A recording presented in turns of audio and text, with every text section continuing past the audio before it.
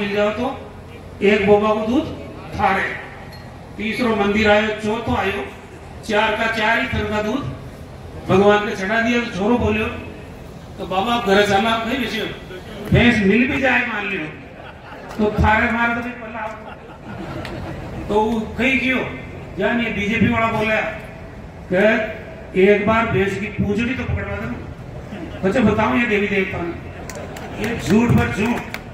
पहले चुनाव में क्या बोला 2014 में, अच्छे दिन आएंगे, काला धन स्विट्जरलैंड के बैंक में जो पैसा जमा है वो लेके आऊंगा, 15-15 लाख सबके खाते में, हर साल 2 करोड़ नौजवानों को रोजगार, किसान की आमदनी दुगनी।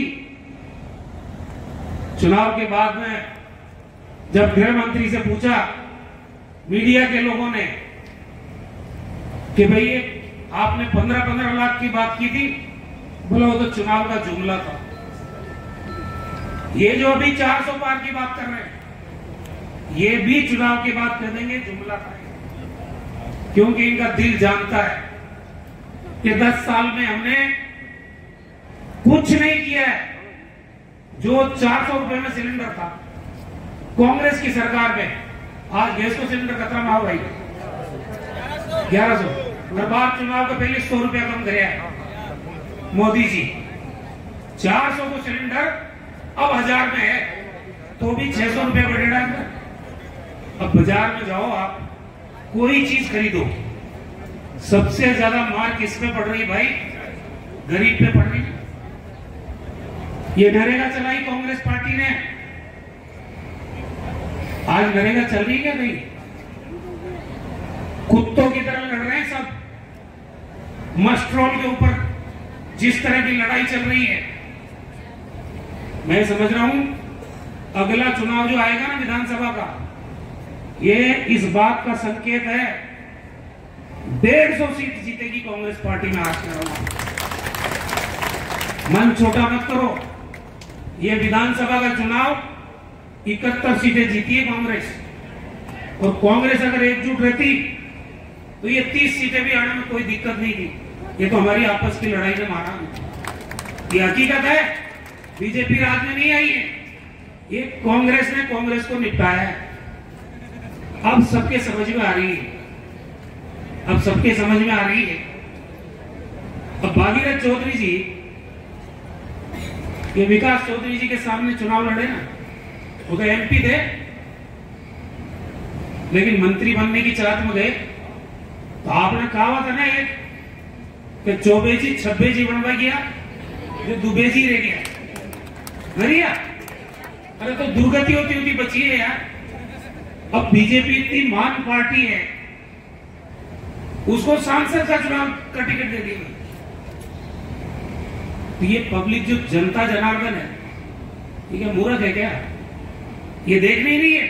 एक नौजवान जो मेहनत कर रहा था, विकास चौधरी, जिसने 5 साल जनता के बीच में निकाले, उसका बीजेपी टिकट काट के भागीरथ जी को टिकट क्यों दिया भाई?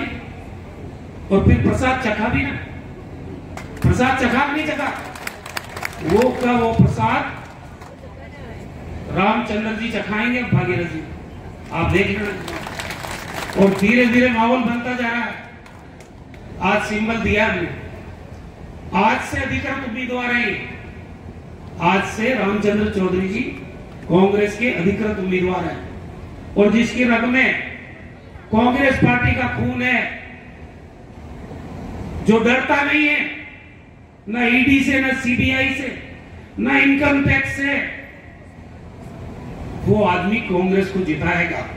ये चुनाव हिंदुस्तान के इतिहास में नई करवट लेने वाला चुनाव है, जब पार्टी के संसाधन खत्म किए जा रहे हैं, लोकतंत्र का गला घोटने की कोशिश हो रही है, कांग्रेस पार्टी के अकाउंट फ्रीज कर दिए गए हैं। जो नेता कांग्रेस में है उस पे ईडी आएगी, इनकम टैक्स आएगा, सीबीआई आएगी, और जो आदमी बीजेपी में चला जाएगा वो वॉशिंग मशीन में धुल जाएगा। कितने नेता, में कोई 2 दर्जन नेताओं के नाम गिना सकता हूं।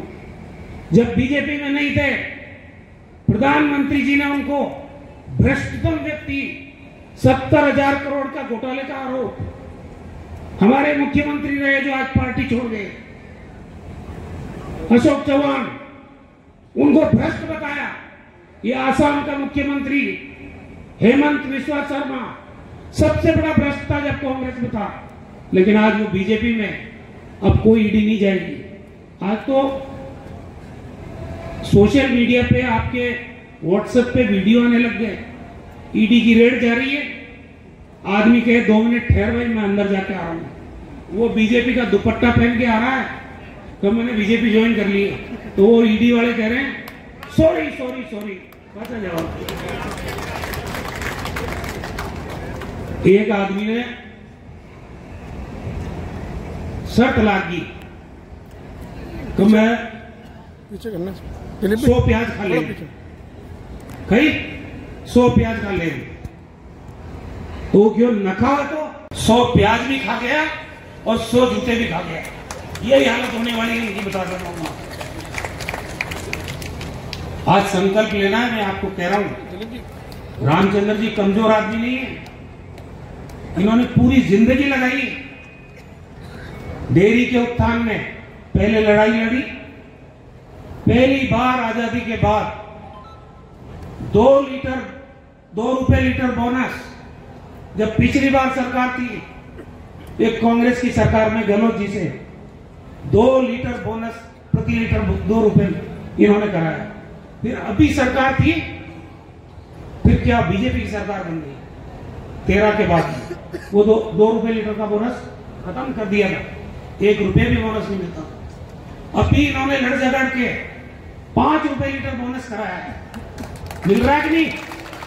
और ये चुनाव खत्म हो जाने देना, ये डबल इंजन की सरकार है ना, ये सबसे पहले गला घोटेगी, तो दूधियों का घोटेगी, किसानों को घोटेगी।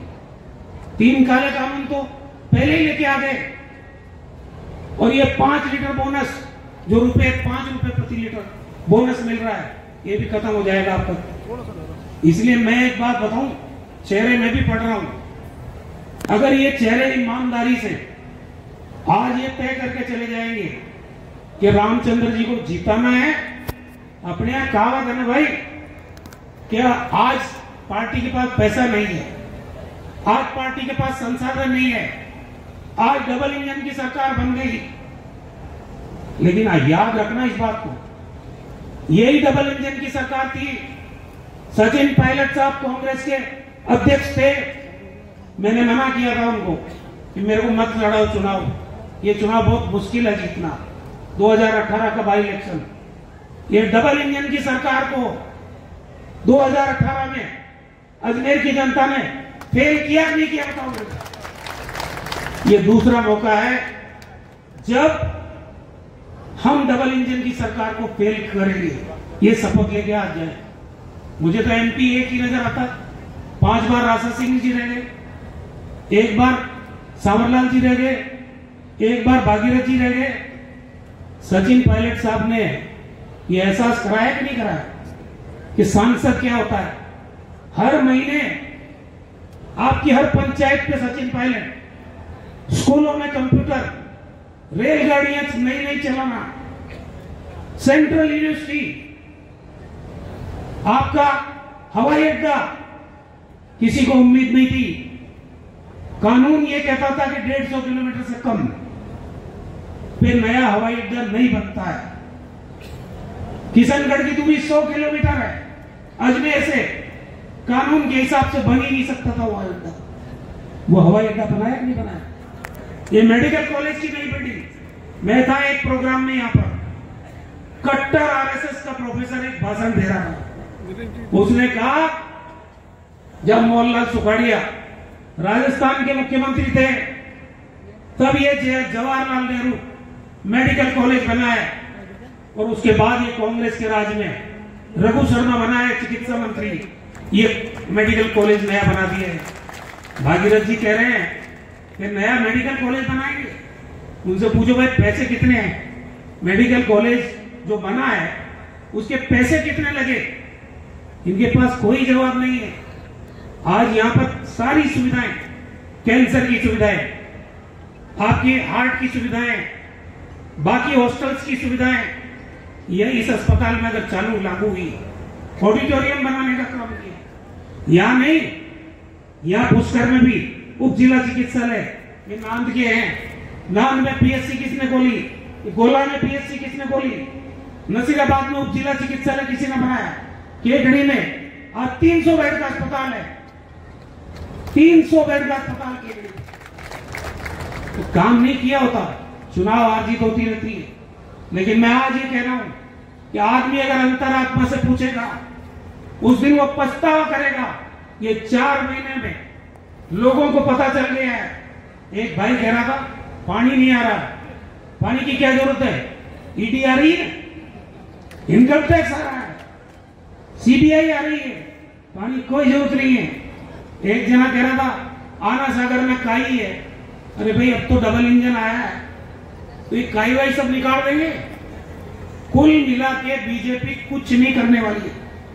और अगर ये 400 आते जो ये नारा लगा रहे हैं, तो इनको मुख्यमंत्रियों को जेल में डालने की जरूरत नहीं थी, इनको ईडी और सीबीआई की दुरुपयोग की जरूरत नहीं थी।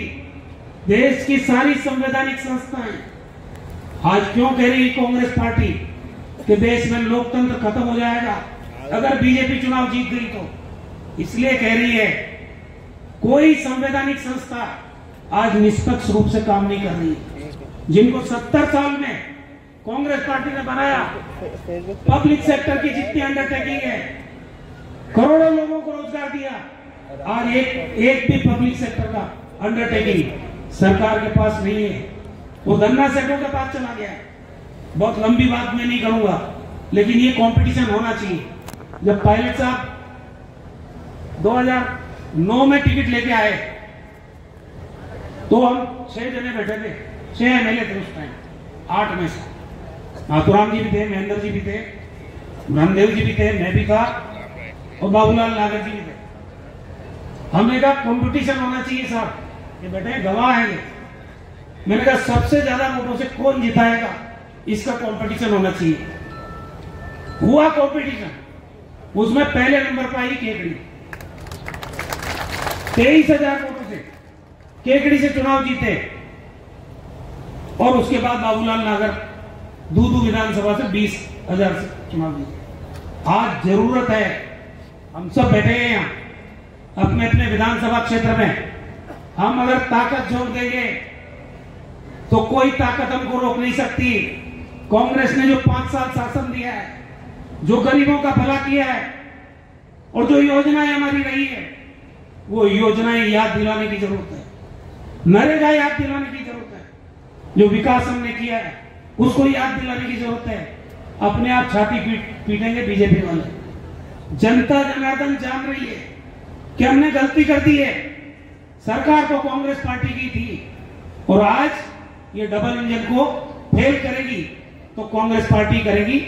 अभी जो खबरें आ रही है राजस्थान में, ये जो झूठ बोल रहे हैं, बीजेपी में आक्रोश हो गया, बहुत ज्यादा बीजेपी में कांग्रेस के नेता ले लिए, तो जो झंडा पकड़ता था बीजेपी का, उसने कहा फिर मेरी जगह कहां है। तब जाके अमित शाह ने कल कहा कि ये जो आ रहा है ना ईडी डर पर या इनकम टैक्स डर पर या कहीं न देवा में, तो ये बेइज्जती है उनकी भी जो चले गए हैं। इसलिए बीजेपी डपा चुक है बाहर ही। बीजेपी कभी 400 पार बात कर रही है और कभी तानाशाही कर रही है। जरूरत नहीं है इतनी बात करने की। इंदिरा गांधी ने क्या किया, बांग्लादेश के 2 टुकड़े किए, वो प्रधानमंत्री जी नहीं बोल रहे हैं। कौन से टापू की बात पकड़ के लाए, तमिलनाडु के वहां कौन टापू, अरे बांग्लादेश पाकिस्तान के 2 टुकड़े कर दिए इंदिरा गांधी ने यार।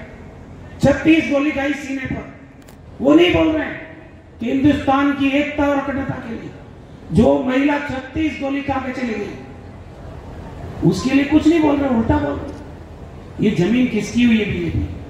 आप सब लोग ताकत से लग जाओ और हम कामयाब होके आएंगे।